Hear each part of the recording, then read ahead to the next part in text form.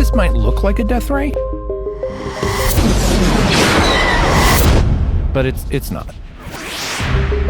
It's actually one enormous, very accurate magnifying glass. This magnifying glass has a technical name, a sunlight refinery. To use it, find somewhere really sunny, plop down a bunch of mirrors, bounce the sunlight into a single spot, and you can melt just about anything. Okay, so it is kind of death rayish. Why do this? Because manufacturing steel or cement requires a lot of heat, and making something super hot has historically meant burning dinosaurs. You look at the massive carbon footprint that is associated with these industrial applications, and it can't be ignored. 20% of global carbon emissions, to be precise. And because this technology is so good, it might just change the entire energy industry and prevent World War III in the process. This is Hard Reset, a series about rebuilding our world from scratch. Just east of Six Flags and north of LA is a place called Lancaster, which is very flat, very hot, and a perfect place to test a takeover of the world's energy supply. Yeah, that sounded more Bond villainy than I thought it would. Anyway, these are called heliostats. And the reason this solar refinery works so well is that under these mirrors and shot glasses are pretty simple motors that they can control remotely. This allows the mirrors to change angles throughout the day depending on where the sun is. How do they know where the sun is? Interns. No, AI. Of course. You need to take each of thousands of mirrors and point them very, very precisely, accurate to about a 10th or a 20th of a degree. That's Bill Gross, genius visionary and founder of over 150 companies. Also, super nice guy. Thank you. I really appreciate it.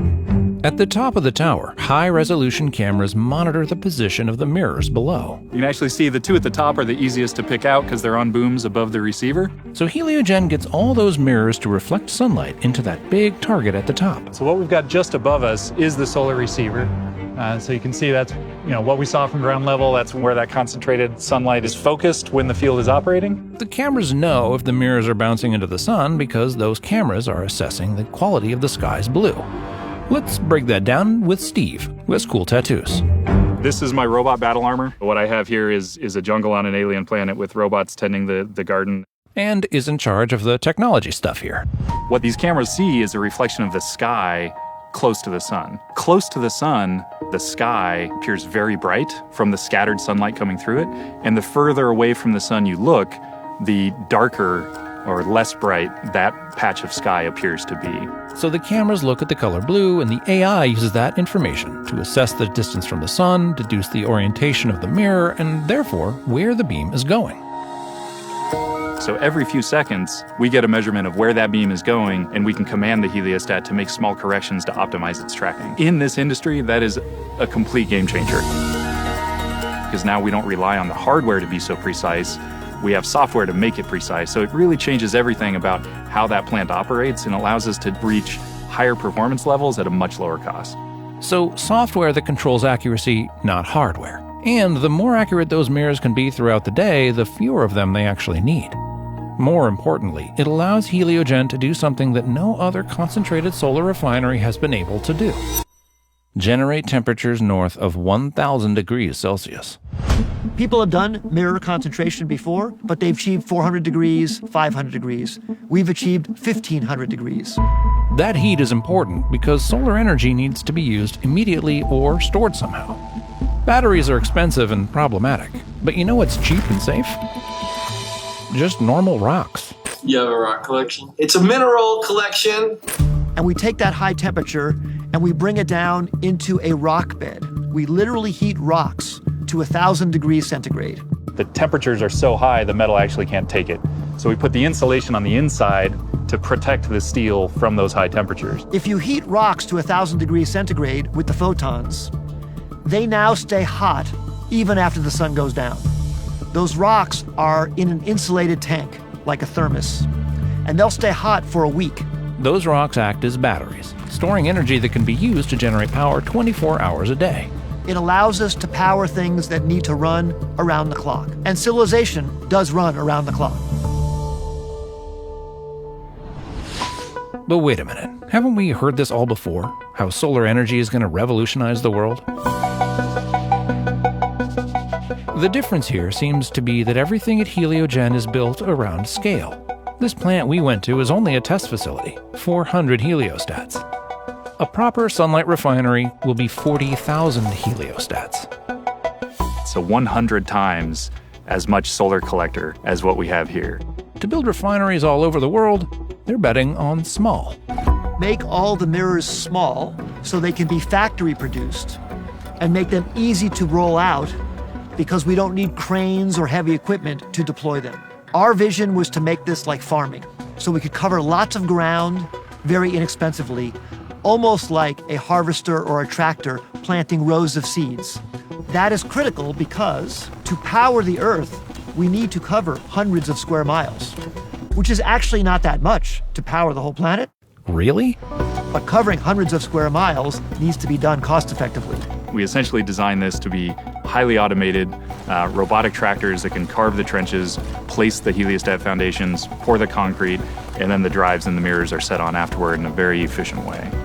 So the plan is that these refineries go in places that are flat, with lots of sun, like deserts.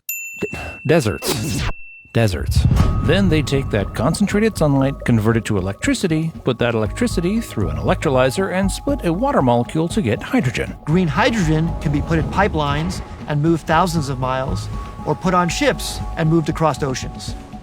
The powerful thing about that is we can then make the energy where the sun is good and move it to where the sun isn't. And that's what we need to do to power civilization.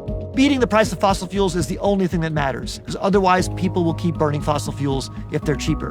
But if we can be even a fraction of a cent cheaper than fossil fuels, the world will adopt this at scale.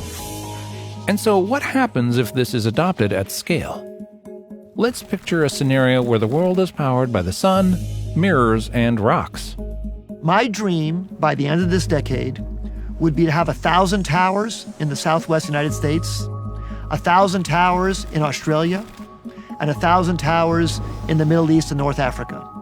That way we can make energy for almost all of the continents, because we can move the energy from where the sun is good in those deserts to where the people who need it live.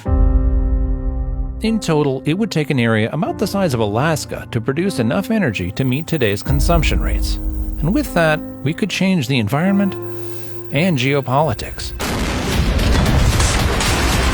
How many wars have been fought? How many people have died, essentially for oil? And those geopolitics are, in a way, the inspiration for this whole endeavor. I do have one story about how I lived through the energy crisis when I was a kid. It was 1973 during the Arab oil embargo. There was a shortage of gasoline, so there were long lines of cars waiting at the gas stations on Ventura Boulevard just to get your $5 of gasoline. My mother would wait in that line with me in the backseat of the car, and I was thinking, as we waited an hour to get our gasoline, thinking about why is it that there's somewhere else in the world that could choose to shut off our supply, and now people are suffering. Why don't we have another way of getting our energy that's more local?